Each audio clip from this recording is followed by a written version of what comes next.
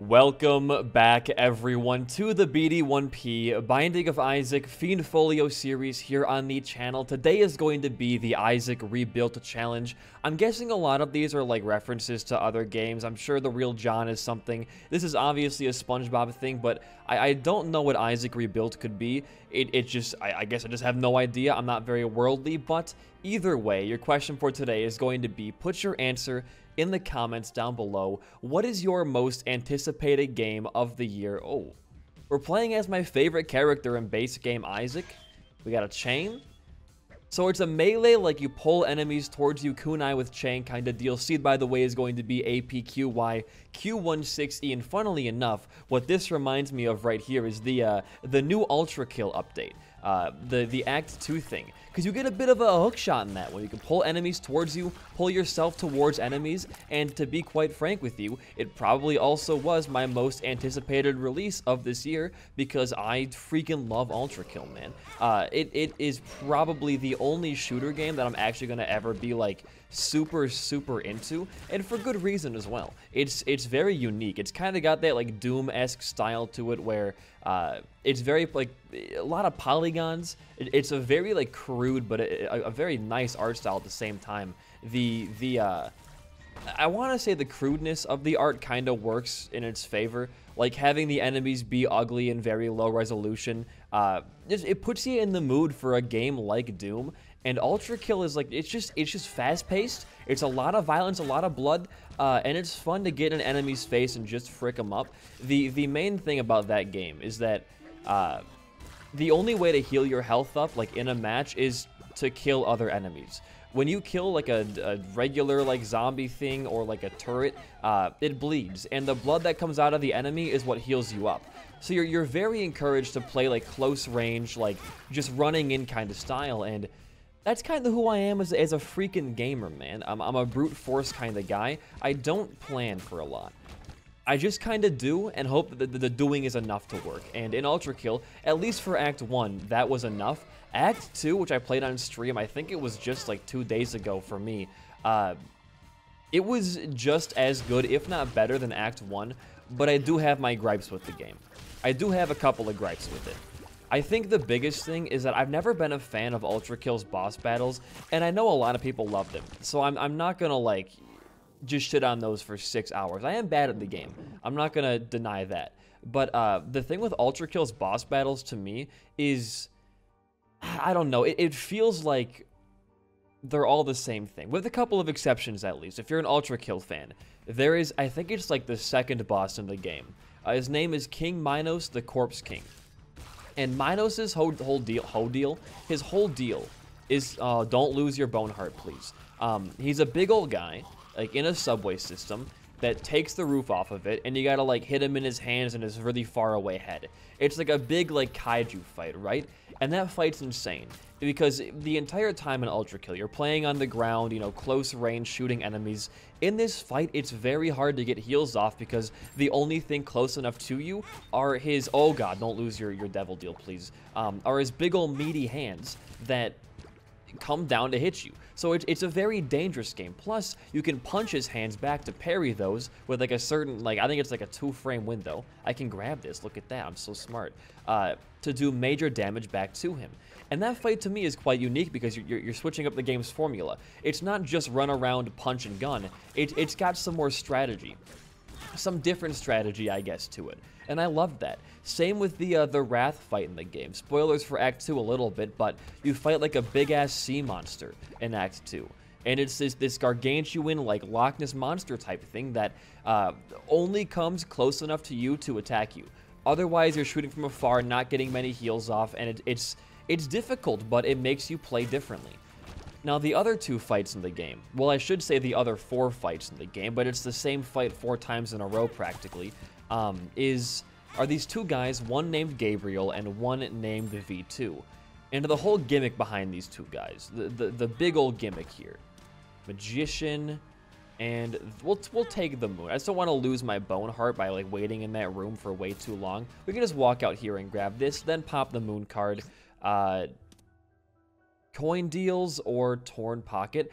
I'm actually, well, we're not getting a lot of money. So, and we're only going to Mom's Foot. There's no need to strategize like that super hardly. But, the V2 and the Gabriel fight are just, you're fighting what is just like a super version of an enemy. It can throw projectiles. It's very tough. It's like a 3-hit death. And while that can be a fun challenge for some, it's just redundant to me, because both the fights have their own like unique attacks, sure, but you fight each one twice, and both times, besides a couple of very minute differences, it's the same exact fight over and over. And it's not a fight that I particularly enjoy, because again, like I don't get fun out of what is essentially to me, I lost my bone heart, I'm so stupid, doing the same exact strategy until you get some good cycles. And you could totally first try it if you're good enough. I'm not gonna deny that whatsoever. I'm gonna go in like super hard because I have a yum heart. I should have just not popped that. I have so many hearts on the ground right there. And we get a free deal. You're dead. Gulping Trinkets is really good as this character. I guess we'll take gold and a horseshoe. We'll walk in here. I mean, I can play you out. There's a lot of hearts on our floor, so I don't see why not. And we get a first try for Little Horn. Let's grab these. We'll go back to our double heart over here. Teleport back on down. Oh, we have 4.5 with Yum Heart. I didn't even realize that. Look at that. And move on down. But it feels like the same fight 4 times in a row. And I just don't have fun fighting it. Like, my strategy was just, like, within the first, like, 3 attempts, right? I tried to find the optimal, like, guns to use and, like, the strategy. Then the rest of my, like, 20 or so odd attempts at fighting the boss was just, like, doing that same thing over and over again until I, you know, get enough parries to do some big damage, or I get lucky enough with my cycles that he stands far away and I can, like, you know, take some breather moments, things like that. And while I was having fun during the fights, I was mostly just thinking, like, man, what if he was like a big fucking kaiju again? That'd be even better. But again, I love Ultra Kill. It's like a 10 out of 10 game, regardless of that one minor personal flaw. It's, it really is, oh my god, that's huge for us. Like, something absurdly special. I mean, like, to be fair with you, and a couple days ago I was talking about this on the streak, but a genre of games that I wish I was better at are shooter games. Even if you're terrible and, like, you're the worst Ultra Kill player alive, the game still finds a way to make you feel good at it. Like, you can play on easy mode, standard mode, you know, hard mode, whatever you want to play on. But you pull off one cool trick, you get one cool shot. Like, there's so much cool tech. Like, if I was going to go in detail here, one of my favorite guns in the game is the revolver. And what the revolver does is, well, I should say it's the marksman, I believe, is the specific type of revolver here. Each gun has, like, I think 2 separate variants, but that's besides the point. With this certain revolver, I think it's like, it's the right click on your mouse will launch like a coin into the air. A coin flip, right? If you then shoot that coin with your gun, it will like home onto an enemy and do like triple damage. And it shreds bosses. If you like master the coin gun, you will probably, I actually really want to get that, never, ever lose a boss fight. Like, well, you'd lose it the first couple of times, obviously, but you'd get the hang of it pretty quickly. I am addicted. I usually play with like just that gun because it is so satisfying to hit a coin into the air, shoot that coin, and watch everything around you just fucking die.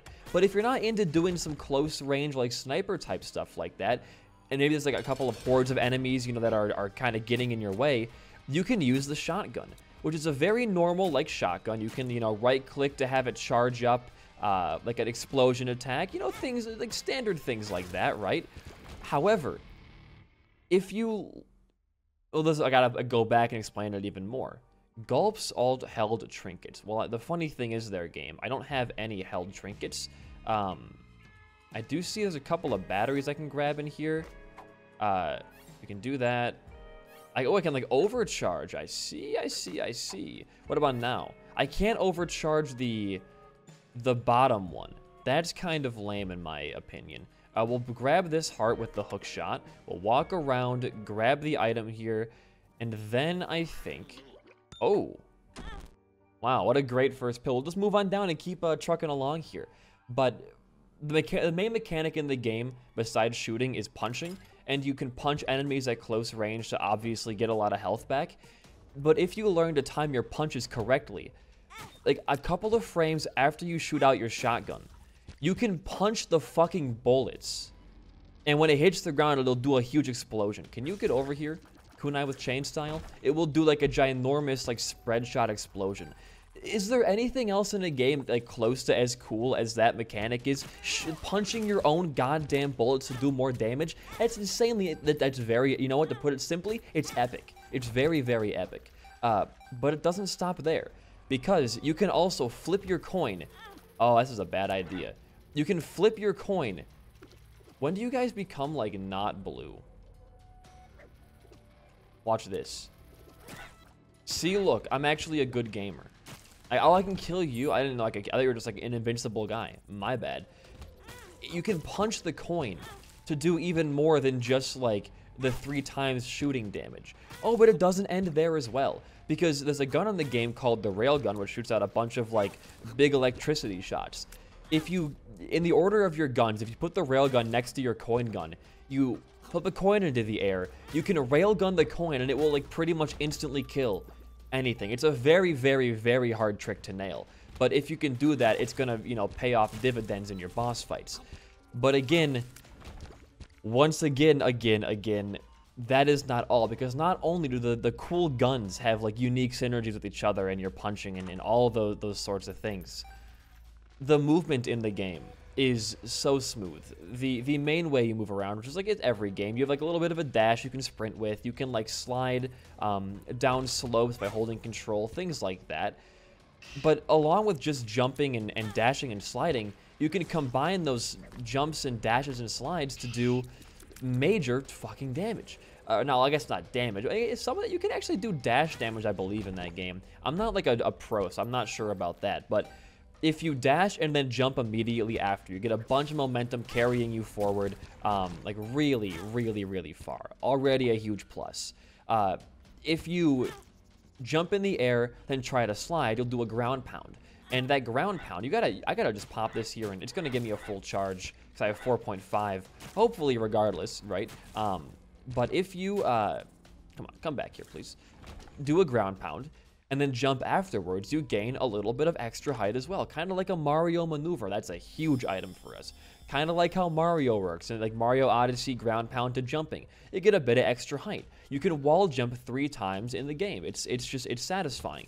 And if you combine every single one of those by ground pounding near a wall, then canceling that ground pound with a wall jump, you get what's called a super jump. The next time you jump, you will gain about 3 miles straight up of height.